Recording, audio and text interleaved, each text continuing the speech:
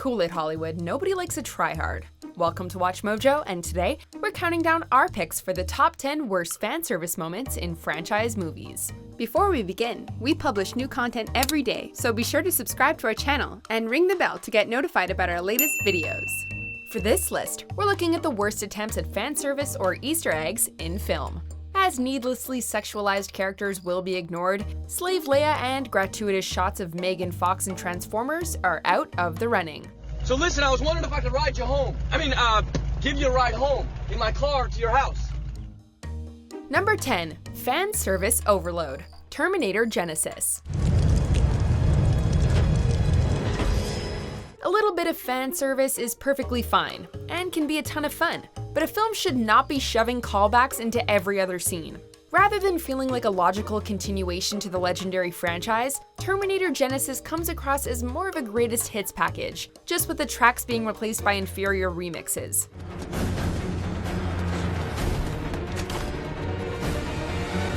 Old Man Arnold taking on the T-800 was entertaining enough to watch, but there was no need for a non-Robert Patrick version of the T-1000 to show up for a battle with Kyle Reese.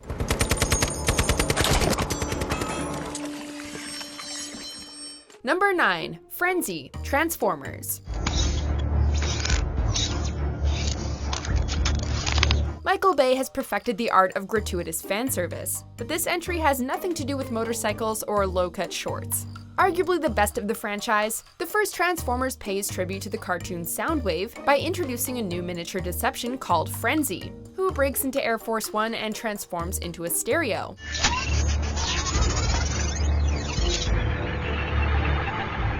Ignoring the improbability of having a random boombox lying around in 2007, a significantly different Soundwave shows up in the later movies. So what was even the point of this reference? Was this inclusion simply done to prove that the creators actually watched the cartoons? Number 8. Deadpool, X-Men Origins, Wolverine. Wait, is that you? Spending years in development, David Benioff's script for this first Wolverine trilogy spin-off would eventually incorporate contributions by Hugh Jackman himself, Skip Woods, and David Ayer. During this time, the character of Deadpool was written in. Deadpool had been Ryan Reynolds' pet project for years, and once he was cast, the role grew, but not in a good way. While we understand taking liberties can sometimes lead to great success, this was not the character to try this with.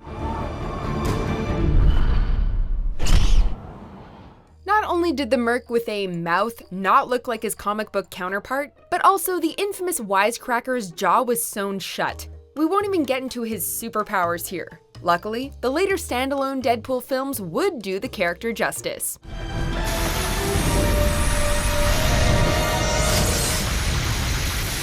Number 7. Holy Rusted Metal Batman, Batman Forever. It's the car, right? Chicks love the car. After Tim Burton's Batman Returns pushed The Dark Knight into heavier territory, Joel Schumacher and Jim Carrey were brought in to lighten things up. While Batman and Robin feels like a straight-up goofball comedy, Batman Forever has a couple of head-slapping moments that foreshadow the Caped Crusader's impending silliness. Despite maintaining the gothic aesthetic of Burton's films, Schumacher seemed inspired by the 1960s Batman series, including a line that only Burt Ward's Robin should have dared to utter. Holy rusted metal, Batman! Out of place and way too on the nose, Batman Forever's throwaway joke is a testament to the film's identity crisis. Why can't you just die? Number 6. Anakin creates C-3PO, Star Wars Episode 1, The Phantom Menace. Isn't he great? He's not finished yet. As the destination is already known, prequels exist to fill gaps in the mythos. The temptation to tie everything together can be overwhelming, but certain things are better left to the audience's imagination. Besides serving as the first chapter in Darth Vader's origin story, The Phantom Menace seemingly couldn't resist the urge to expand upon C-3PO's backstory. In it, we learn that C-3PO was reconstructed by none other than a prepubescent Anakin Skywalker. Hello, I am C-3PO human-cyborg relations. In the grand scheme of things, this edition is the least of the Phantom Menace's worries, but the universe feels rather puny when the main characters seem to always run into each other. Come along, R2. Number 5. Damn Dirty Human and the Ending, Planet of the Apes. Take your stinking paw off me, you damn dirty ape! In a rare twist, Rise of the Planet of the Apes demonstrated the proper way to pay tribute to this particular line. Tim Burton's Planet of the Apes callback, by contrast, comes across as forced instead of endearing. Switching things around by having Michael Clark Duncan's ape deliver an updated version of Charlton Heston's iconic quote, the film should have just gone ahead and winked at the audience. Take your stinking hands off me, you damn dirty human! Trying to recapture the magic of the original's cliffhanger, Planet of the Apes ends on a truly bizarre final note that is memorable for all the wrong reasons. This one looked at me. Number 4, Birth of a Name, Solo, a Star Wars story. What's your name, son? Han. Here's a lesson on how to completely kill a character's mystique. Star Wars hardly lacks for beloved personas, but few compare to Harrison Ford's Han Solo. With Disney turning Star Wars into an annual event, everyone's favorite smuggler earned a spin-off movie that answered questions never even pondered by fans. What? Who are your people?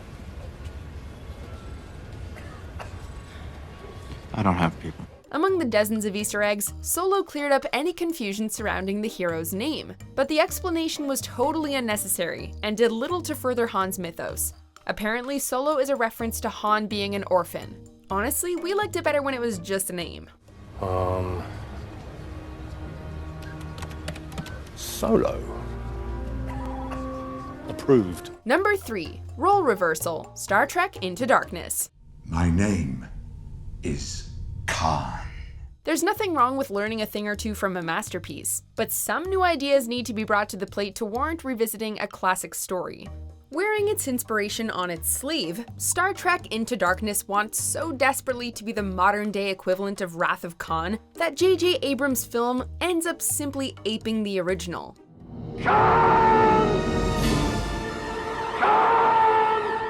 Besides reintroducing characters like Benedict Cumberbatch's Khan and Alice Eve's Carol Marcus, Into Darkness predictably hit new lows by going as far as to copy Wrath of Khan's iconic ending, just with Kirk and Spock switching roles. Number 2, Ark of the Covenant, Indiana Jones and the Kingdom of the Crystal Skull. Put down gun. You got it, pal.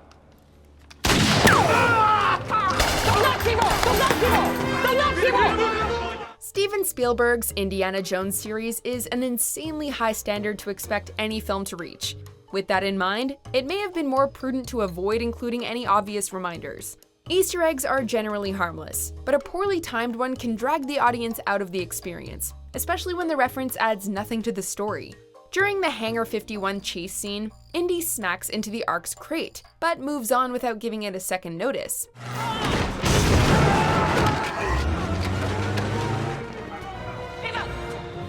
This could easily have been a random box, but crate 9906753 was chosen to get a cheap rise out of fans. Sadly, Kingdom of the Crystal Skull had not earned this cameo. This ain't gonna be easy. Not as easy as it used to be. Number 1, all of the cameos. Ghostbusters. Why are you pretending to catch ghosts? We love 1984's Ghostbusters as much as the next person, but there's no reason to bring everyone back for a cameo. Paul Feig's Ghostbusters reboot stops dead in its tracks whenever a Bill Murray or a Dan Aykroyd show up. With the exception of the subtle tribute to Harold Ramis, none of the cameos manage to actually be funny or respectful. No, you only lack the proper equipment, like a garbage truck to hang on to the back of. With some being downright mean-spirited. Considering the plot rarely treads new ground, these endless callbacks only intensified the sentiment that 2016's Ghostbusters was kind of redundant.